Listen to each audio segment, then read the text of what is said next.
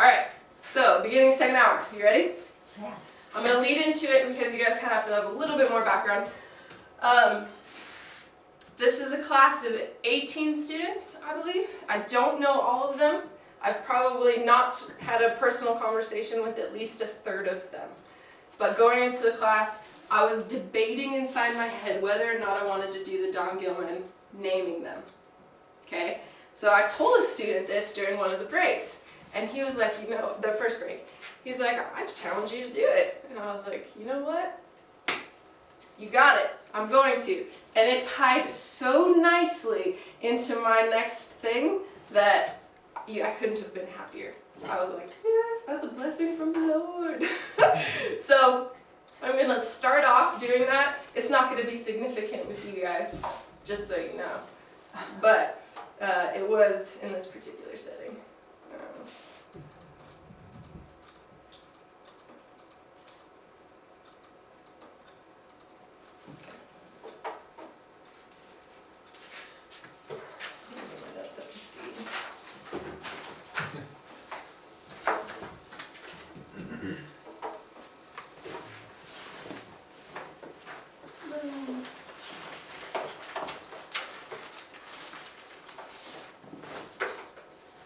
Also, as a side note, I did not alter, edit, or change this part of the teaching to fit the requirements of this lecture.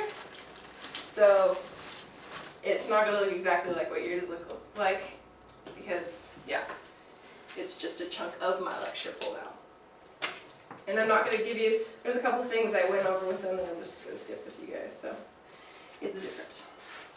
Alright, hour 2. This is kind of weird. Alright, welcome back from break, guys. Thanks. So excited to see you. Excited to be seen. It's excited to be seen. Yay, okay, good. Over the break, Anna challenged me with this really sweet challenge, and you know what? I think I'm up to it. I'm going to go around the room, and I'm going to say each one of your names. So, bear with me. I think I got this. Ainsley. Yes. Josh. Wow. Ua. Anna. Yeah. Yeah. Matt. Matthew, what do you prefer? Matt. Matt. Steve. No. No? Rob's? Yeah. Ah, Rob's, my bad. Yay! I did it! Big clap for me. Well, this leads so nicely into where I was going to take you guys that I'm really excited about that. Actually, one of my very favorite authors has this really famous quote. Tell me if you've ever heard this. When you know who it is, you just shout it out. What's in a name? That which we call a rose by any other name would smell as sweet.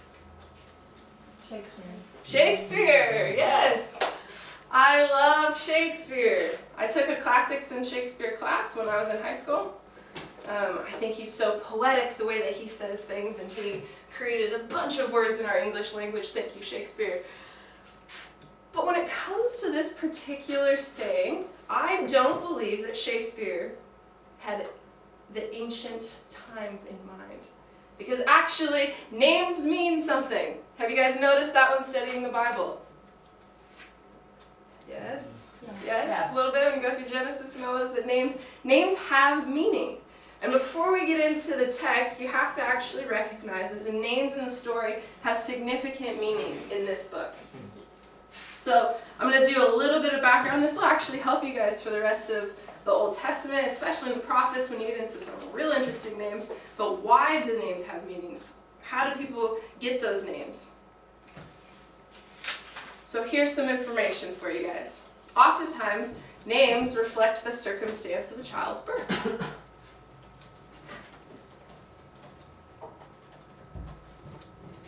They reflect feelings. They reflect gratitude toward God. They reflect hopes and prayers for the child. And they often reflect commitments of the child to God. I think Samuel is a good one for that, commitment of the child to God. Makes sense. So names in the Old Testament times, they have meaning. So when we get into the story of Ruth, you're going to get a bunch of names thrown at you at the beginning. And we want to keep this in the back of our mind because they have meaning. So let's do this. Are you excited? We're going to get into the text finally. Yay. Woohoo! Yay! Okay, so Ruth, chapter 1, verse 1. In the days when the judges ruled, there was a famine in the land, and a man of Bethlehem in Judah went to sojourn in the country of Moab, he and his wife and his 2 sons, full stop. Full stop. You could sit in this first verse of this book for a very long time. We talked about it a little bit already. The fact that this book takes place during the time of the judges can change the entire way you interpret this book. So let's move on to the next point, which is there is a famine in the land. Tell me about famine. When you guys have seen famine in the Old Testament so far, what does that make you think of? What's it usually tied to? What's it a result of? Sin, disobedience, covenantal disobedience. Okay, it is one of the, starts with a C here. Curses. It's a covenantal curse. So we're in the time of the judges. There's a covenantal curse, a famine in the land. And the man of Bethlehem in Judah went to sojourn in the country of Moab. Okay. Kind of ironic, Bethlehem. Does anybody happen to know what that word means? Bread. House of bread.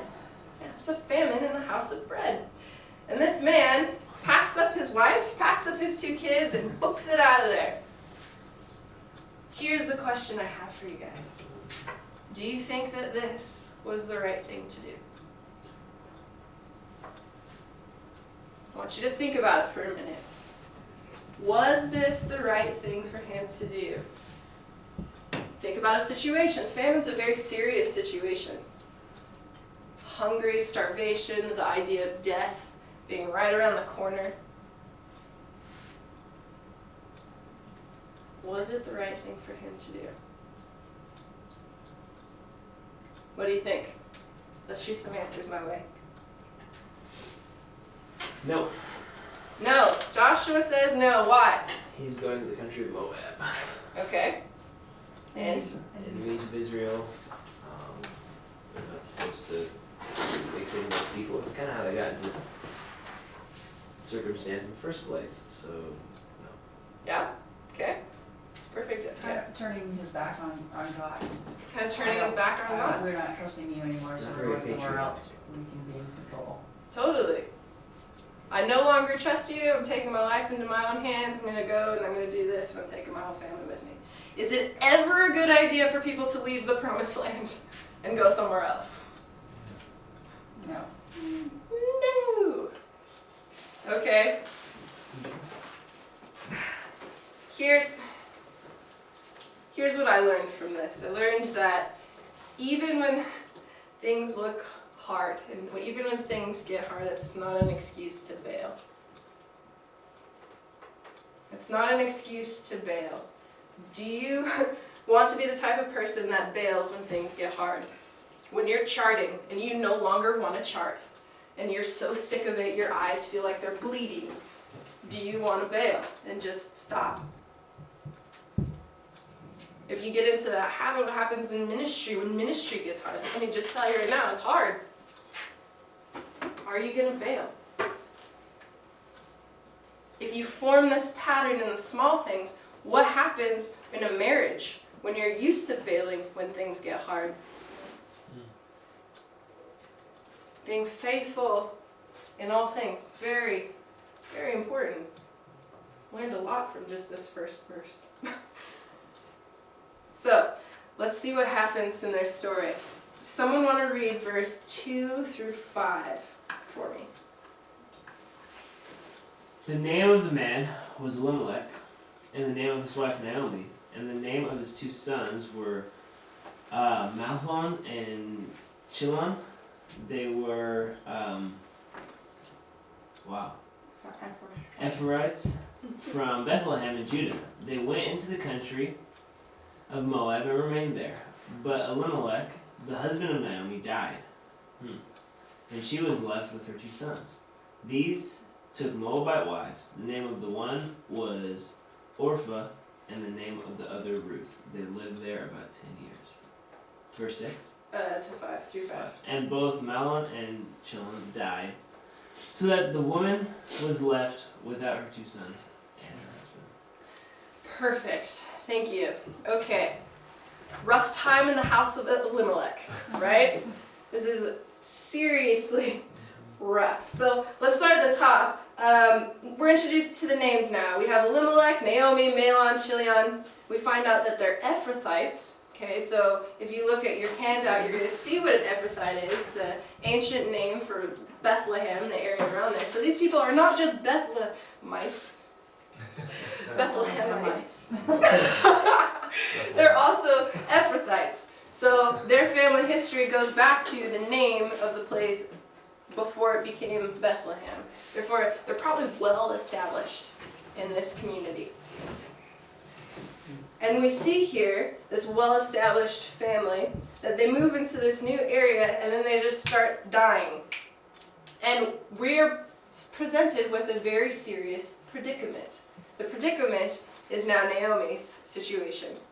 If you notice, the main character in this first paragraph is Naomi. It talks about everything in relation to her. She was left without her 2 sons. It was her husband that died. So she's now in a very serious situation. So the story begins. I love this book. This book is actually in a chiastic structure. Does anybody remember what that means? I see the wheels turning. Chiasm, in Hebrew, it's like this. It's a story will start somewhere, and it'll move to a point, and then it'll kind of move back out, and these things will reflect each other.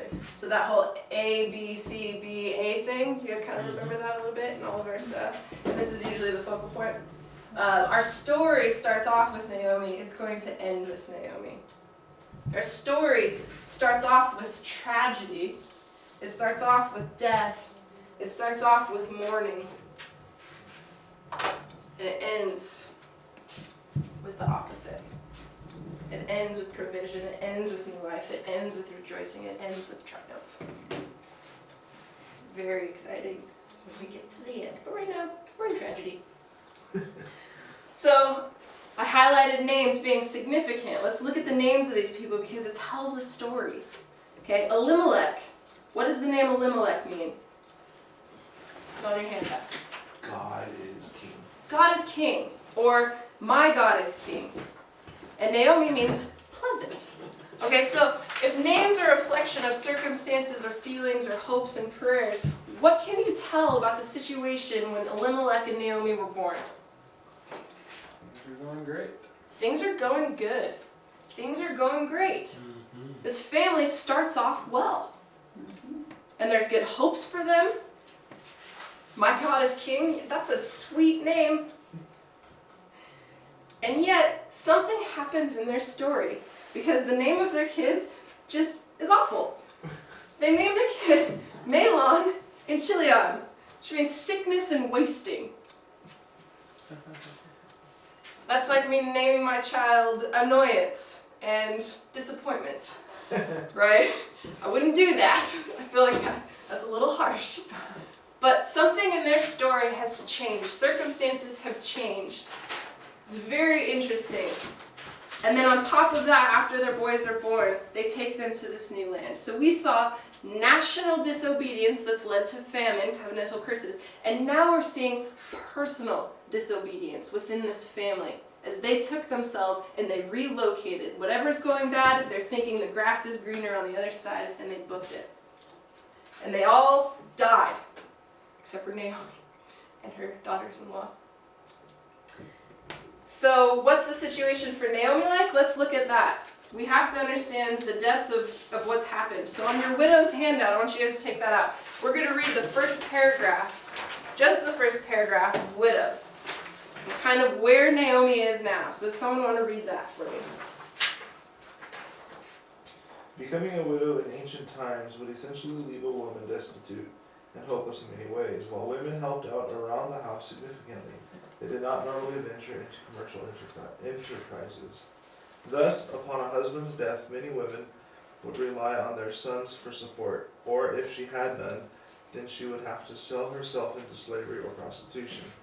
In fact, widows who had vows they could not pay would sometimes have to sell themselves into prostitution with no other way to fulfill it. If she didn't do any of these, she would often be condemned to death. In their impoverished and powerless state, they were often taken advantage of, found in Job 24, verse 21, Psalm 94, verse 6, Isaiah 123, Malachi 3:5. We can equate the widow of ancient times with people who are homeless today. Often they will be condemned by being hungry and do almost anything to survive. Perfect, thank you. You're welcome. So what did you hear there? What happens to a widow? Well, they sell themselves into slavery or sex. It's a possibility for them, yeah. You hope you had sons. You hope you had sons. Vulnerable. You're vulnerable. Totally. What does marriage mean in this culture? Everything. Protection. Protection. Everything. It's their security. It's their future. It's their everything. And Naomi has just been stripped of it all. That is our predicament. That is what this book is going to show. This is the problem. We're going to see what happens with it. Very serious. So let's keep reading. Verse 6, Then she arose with her daughters-in-law to return from the country of Moab, for she had heard in the fields of Moab that the Lord had visited his people and given them food. So she set out from the place where she was with her 2 daughters-in-law, and they went on their way to return to the land of Judah. Okay, famine no longer. God, in his sovereignty, reached down and gave them food. Okay, there couldn't have been a judge that was raised to fix this. Why not? It's a very logical question. Because it's a famine. A judge in this time is often raised to fix the problems of the people, but if a judge can't fix a covenantal curse like this, only God can fix famine, right? So he relinquished it, or I don't know the word I'm trying to use there. He allows them to have food again. Naomi hears of it. She's like, all right, I'm going back. What other option does she really have? And so she sets out to do this. And you're going to see this really interesting play between her and her daughters-in-law. She's going to try 3 times to have them turn around and not follow her. 3 different pleas for them. So good. So, we're going to read verse 8.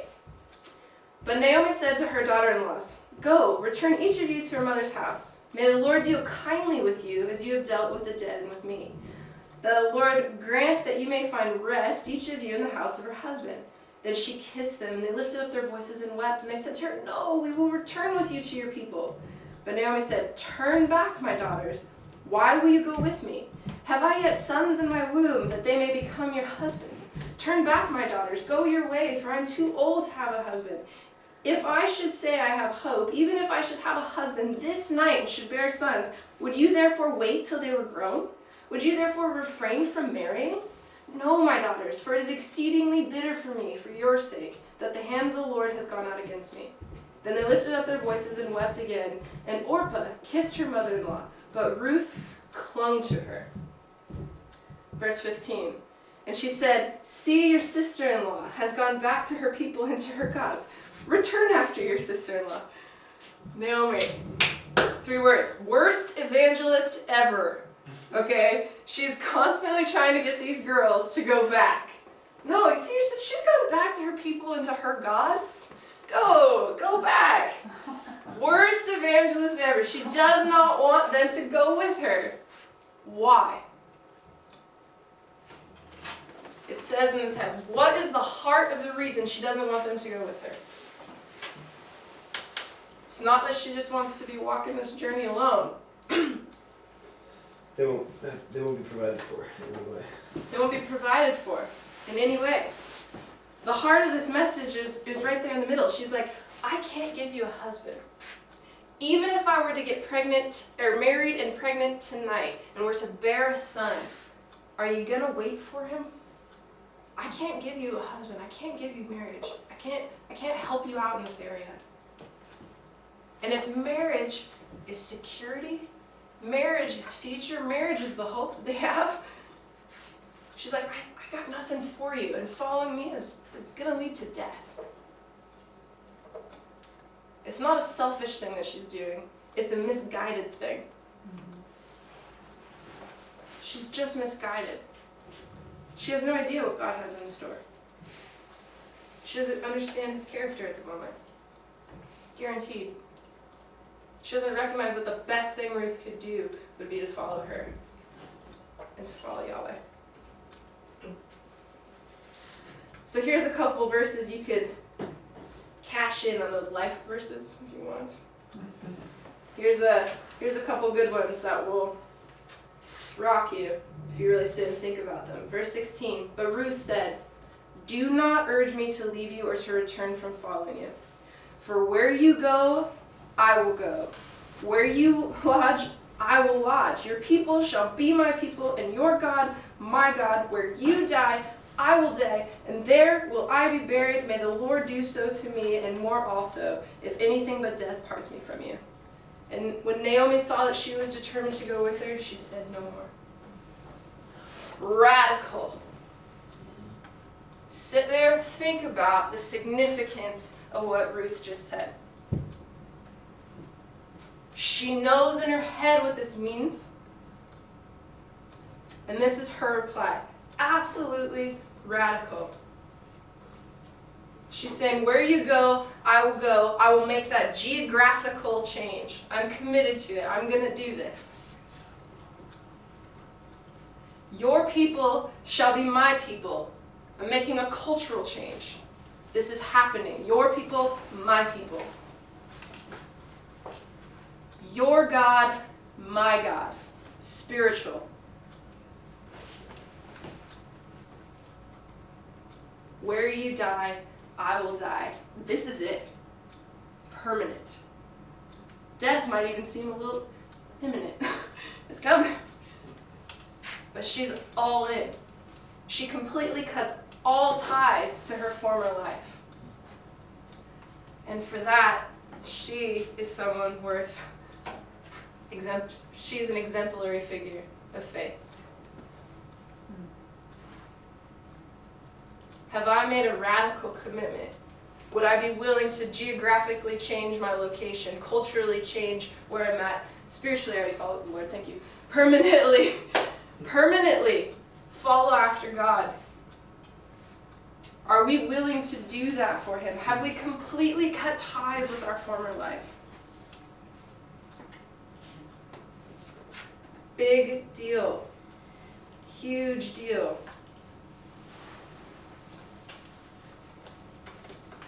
She was determined, she was committed, she said, this is what I'm going to do, I'm going to go after it.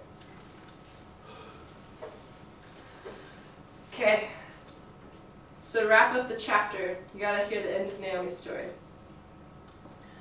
So the two of them went on until they came to Bethlehem, and when they came to Bethlehem, the whole town was stirred because of them.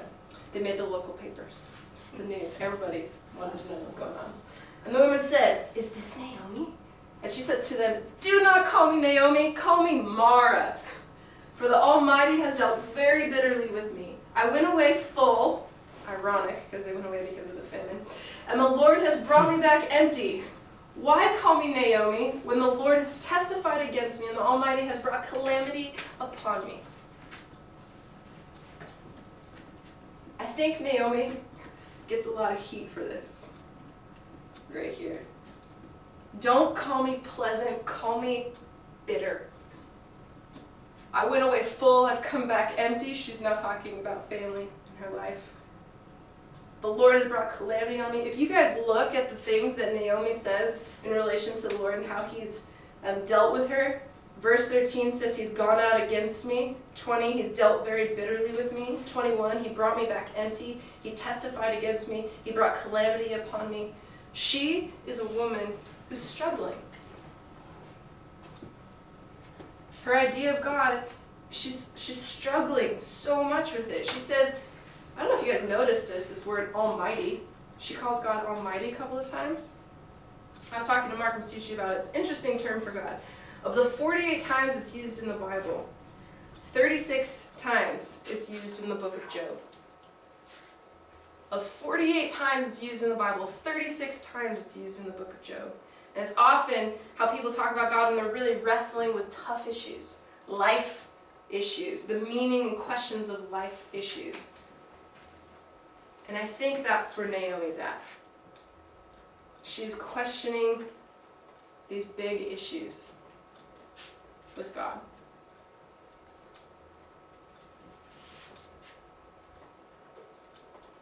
Again, I don't think that she's a bad person. I think she takes a lot of heat, but I think she's in a very real situation. When things are hard, when you have a Job-like experience like she had, I'd be questioning God. I'd be saying the exact same things. She would be an interesting person to do your character study on Friday. She has a story, a really good story. It's really interesting. So any questions about that? Okay, what we're going to do for the next just a few minutes, I want to talk about Ruth, I want to talk about Naomi, and I want to talk about what we've learned about them in chapter 1. What did you learn about Ruth in chapter 1? Just start naming some characteristics of them. Ruth first. She's Moab. faithful. She's loyal. She's faithful and loyal. She's Moabite. So she's a cousin. In a gross, Weird way. very lottie way. Yes. Distantly related. She's committed. She's committed. Naomi's daughter-in-law. I don't know about that. She's a daughter-in-law.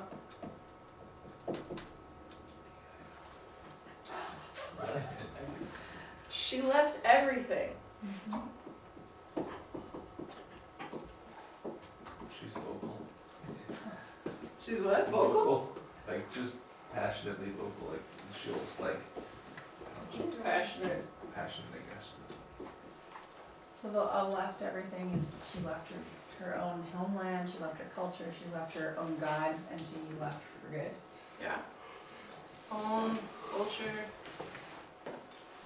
pagan gods. Gotta throw that in there. God's little G. Yeah. She's pretty hopeless. She's pretty hopeless? Not a lot of hope. Naomi made that clear Yeah. that if Ruth was going to follow. So even though she's hopeless, she's faithful. That says something, doesn't it? Mm-hmm. She knew who God was. She knew who God was. Mm-hmm. So, knew with a K. That's right. Yeah. I think this is very important. She knew who God was. Actually, think about that for a second. Even though she learned about God from a family who was disobedient and moved to Moab, there had to have been something in that family that rang true for her. There had to be something about their testimony that said, hey, even though they don't do everything right, there's something about the God that they worship that's true. And that's right. And that's worth following. That says something about Elimelech and his family. Okay, so for time's sake, let's move to Naomi. What did we learn about Naomi? Bitter. Bitter. That's real life. She's an Israelite, okay? Hey Tom. Hey Tom. More specifically, Ephraim. Of the E tribe, Of the E's. okay? What else? What else did we learn about her? She went away full and came back in. Okay, so she was full. Husband and 2 sons. She's now empty. Tell me about her story. She lost everything. She lost everything. Okay, She's a widow. she's a widow. I don't know.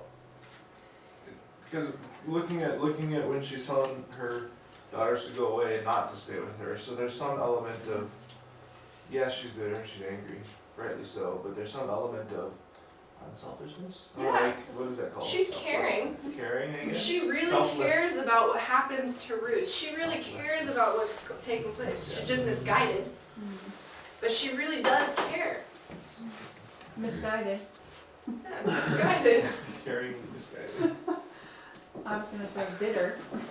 She's bitter, Yeah, left pleasant, came back bitter. but she's also struggling. Yeah, No, absolutely, makes struggling. sense. She's wrestling in a way that we hopefully will never have to. In a situation that I hope none of us ever see ourselves in. She's a mother.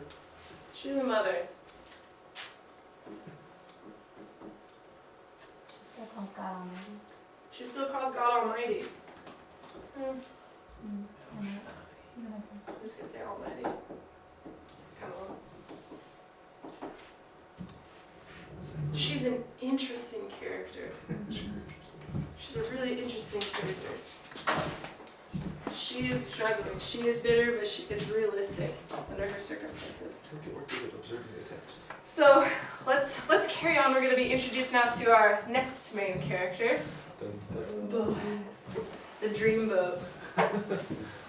All right, skip. Cut it out. Okay, so there's a lot of things I did in my teaching with the SBS that I didn't get to say to you guys. There's some Greek words I didn't talk about. There's just time-wise, I just had to trim it down a lot and a lot of the connections. But I want to tell you guys how I close this out so that you guys understand how to do that, okay? So when I finished the lecture, we went through Boaz. Let me escape this and I'll take you back to my lecture notes. That's funny. That is a funny picture. So we talked through this. This is how I organize my notes, by the way. I do what I'm going to read out loud and then kind of basically where I'm going to go with it. That's why it's super easy for me to follow my notes and not look at them really. So you read a section, you have your information that you talk about verse by verse. If there's something significant I want to talk about, preggers. I said that. Some of the things I didn't get to do, which I did in the class, was when I talked about the situation begins with famine, death, mourning, tragedy. I actually had enough room to write those on the board, and at the end, I recapped it with the new situation, how that turned So out. they chiased. So that, they could actually see the Nice. chiasm Good. of that. Awesome. There's a lot of pieces that I get to do. I had to skip through. We break. So the proposal. So I always kind of want to start with something a little funny or a little interesting when you start a new hour. I learned that from maybe Ron with a story or a quote or something. This is a really funny thing to start off with. I told the story of how I was going to convert everybody to think that women could actually propose to men. Why is it doing that? Stop. And then told how all my guy friends hated it when I said that women could, this is biblical. Women can propose to guys. They can pursue. It's totally something that happens. Who does this? And so, Only if they're 50 years old. yeah. So that's kind of how I opened it. That was really an interesting way to get into it. I'm sure. Yeah. Then we went through the whole proposal process. The reason I put these on the board, not only did I want them to have character studies because of the teachings that they were doing, but with Ruth and with one on Boaz, I used those as the backbone of presenting the hard passage in the text, which was what happened on the threshing floor. I wanted them to remember the character of these two people so that when we get to that passage, they have that in mind and in front of them for when they get to that hard passage. So multiple purposes. One, it's something they could see. Yes, it was a visual. Yes, it showed I cared. But really, I wanted them to remember these things. So then we talk about that. I used a video clip from A Knight's Tale when I got into the 4th chapter. Because just as how names are significant, a lack of name I thought was really significant in the book of Ruth. And the lack of name is the near kinsman redeemer. For all of eternity, he's going to be remembered as someone who passed up the opportunity.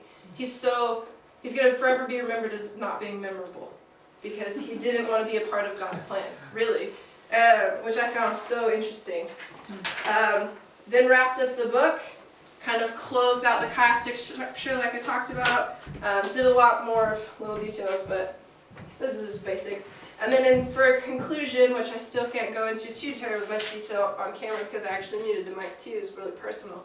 I tied in a personal story that related to NTD intolerance that we talked about in the beginning, how I dealt with that in my life, and I also talked about how from one person's faithfulness, you're going to see that impact a nation, which ended up impacting the world, that through her faithfulness, covenantal faithfulness, that we were blessed. We're blessed with David, blessed that Jesus was through that line. And then I talked about personal history and how even with one person, you can change a family. Even if there's one believer, you can change a family because you're leading them in faithfulness to the Lord. And just kind of that hope, because I felt like this class had a lot of like pressure of sin on their shoulders. But there's hope that, you know, there can be change, and it doesn't have to be crazy right away. It can just be with your faithfulness and walking in faithfulness and what you can do with your family. So, super, super cool. Any questions about that? I know that was fast. It was a 3-hour lecture in less than, so. Any questions to clarify that you were confused about?